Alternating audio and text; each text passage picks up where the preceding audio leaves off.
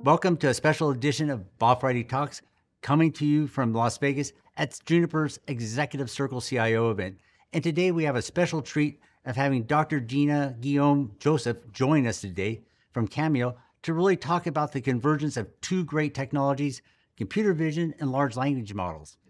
Well, welcome, Gina. So maybe we can start the discussion with an intro on your background. How did you get here? Well, I got my undergrad in computer science from Boston College, my master's in information systems from the University of Maryland, Baltimore County, and I got a PhD from George Washington University, and thus began my AI journey. I built a predictive analytics model using logistic regression to predict software project failure and what are the factors that cause projects to fail. And so this was in 2016, so early on, almost 10 years ago. Okay. Yeah. But by then, AI was kind of a thing already. I always tell people that AI is in the eye of the beholder. Last month I was in Scottsdale. I got into my first Waymo, Uber, no driving. I asked people, is that AI? For me, it's like when that happened, it's like, this is like real AI. Mm-hmm. So maybe we can give the audience a little bit, your definition of AI, when did it become a real thing for you? It became a real thing for me while I was studying and getting my degree. But AI is the study of machines and software and ensuring that they operate with it like a human. So mimicking human behavior. It's a subset of machine learning. And so we're going to talk about computer vision. We're going to talk about deep learning and some of the things that Camio does. So that's where my journey began. When I talk to people who around AI, it sounds like because you started your educational, when did you first go to school, back in 2000s or something? Yes. Yeah, and yeah. I don't think AI was really a big thing back in the 2000s. Right? It wasn't. We all started our careers with machine learning and regression and all that stuff.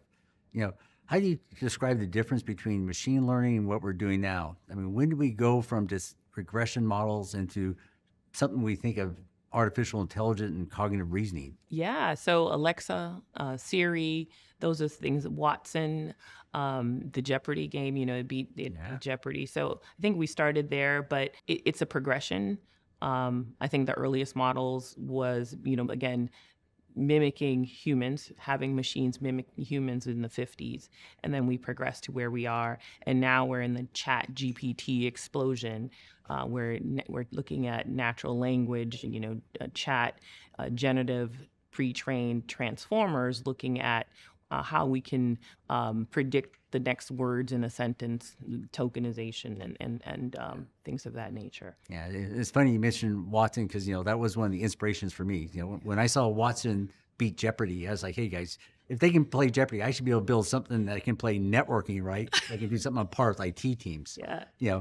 Now, maybe we get a little bit about Camio because I know you're the CTO of Camio. And, what we discussed earlier was it looks like Camio has brought together two of the earliest AI technologies. Computer vision probably was the first generation of AI doing amazing things, identifying things.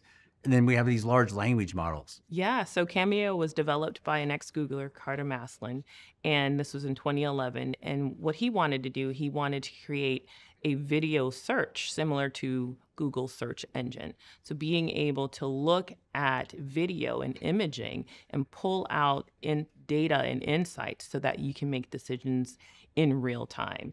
And so what Camio does, it takes natural language, interprets it into an AI-based rule, and then allows the users to go in and leverage it for unauthorized access, for unsafe behavior, to be able to make real-time decisions, to notify the users that there's some deviation in the policy, and you can make quick and swift action.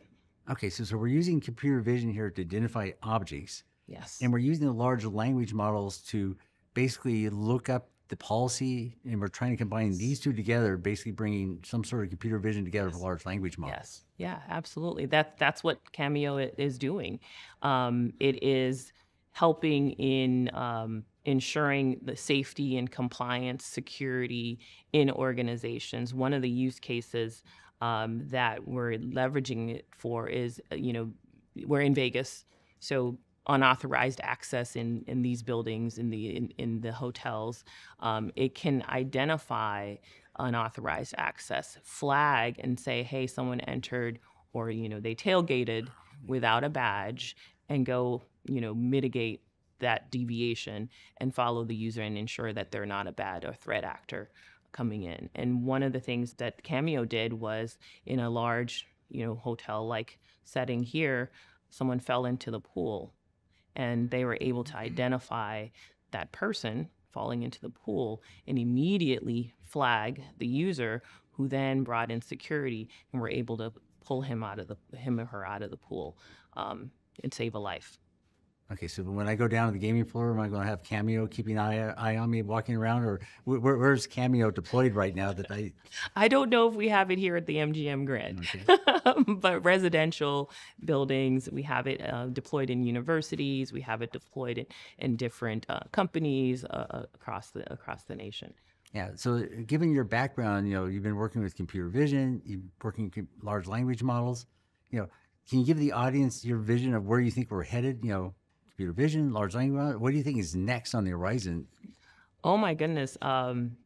AGI, getting computers to be more human-like, to have emotion and feeling. I think that's kind of where we're going. Okay, so this sounds like Star Trek type of thinking right now. Yeah. Are we getting close to where the computer actually, I can talk to my computer and my Starship and actually get it to have an emotional response? Not yet, but AI is moving so fast that part of that is putting guardrails around it, policies and governance. And the federal government here in the U.S. is doing that. European Union is doing that, because it is kind of like a runaway train, and we don't know what we don't know. There's so many unknown unknowns, and we're here at this Juniper Summit to talk about what are the implications, what's the future look like for AI. Yeah, that's another discussion that's going on right now between regulations, compliance around all of this computer vision, large language models, between what's going on in Europe and what we're seeing in the U.S., which seems to be a much more distributed model. Right.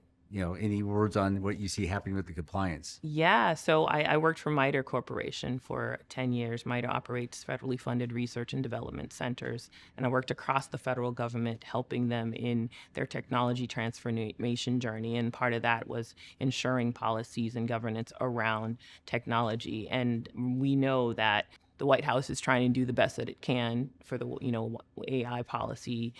They have the AI Bill of Rights to ensure fairness, transparency, data privacy, all the abilities that ensure that AI is safe for humans.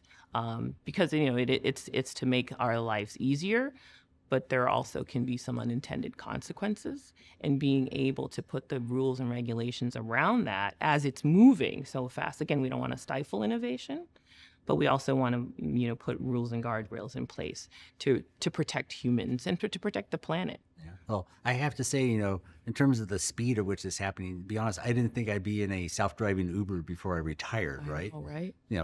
So maybe you get any predictions on, I always tell my friends, make sure you save that driver's license. It's going to be an antique. Because at some point, we're going to prove that these autonomous vehicles are safer than humans, and they're going to make it illegal to be driving. Any predictions of how far away we're from that? Oh my goodness, I have a Tesla, so I have not turned on the autonomous feature because I'm human. I'm still fearful, and we are fearful, and that's part of what we have to manage, the fear of AI systems and them taking over the world. You watch the movie I, Robot, and just how they came together with reasoning and thinking and took over the world. But we have to move with AI with caution almost, right? But not too cautious that we stifle innovation, we stifle the forward movement, because it's going to move, it's going to go. We're going to be in a place in 10 years where we can't even fathom right now. Yeah, that's what I tell people. Ultimately, we are now building things that are doing things on par with cognitive reasoning skills. Yes. And you almost have to treat these new AI assistants as interns people. And yes. I've had people tell me that ChatGPT is the stochastic parrot. What happens when it hallucinates? And what I tell them, what happens when your kids or employees do something that doesn't make sense? Mm-hmm. They're hallucinating too. You guys, what the heck were you guys thinking when you did that? Yeah. So I think we are getting to that world now where we have to learn how to trust and understand how these AI systems work. Yes. So maybe a final word for our audience on, where are we going to be in 5 years with Camio? We will be able to use it in different use cases. So I'm talking with some folks about using it in the medical space, ER and the OR, to track doctors and the medical staff and how in performing surgeries, and it allows the doctors to do their charting and reporting almost in real time as they're doing the surgery. But 10 years from now, I wish I knew. If I knew, I think I could play the lottery and win. Yeah. Well, it's funny you mentioned healthcare, because I was just talking to the CIO of Emory the other day, and that's exactly what he's talking about, is using AI to basically improve patient experience and offload doctors. Yeah. Basically take all the work that they're doing right now and leveraging that. So, Dr. G, I want to thank you for coming special. I want to thank the Bob Friday Talk audience for joining us, and look forward to seeing you on the next episode.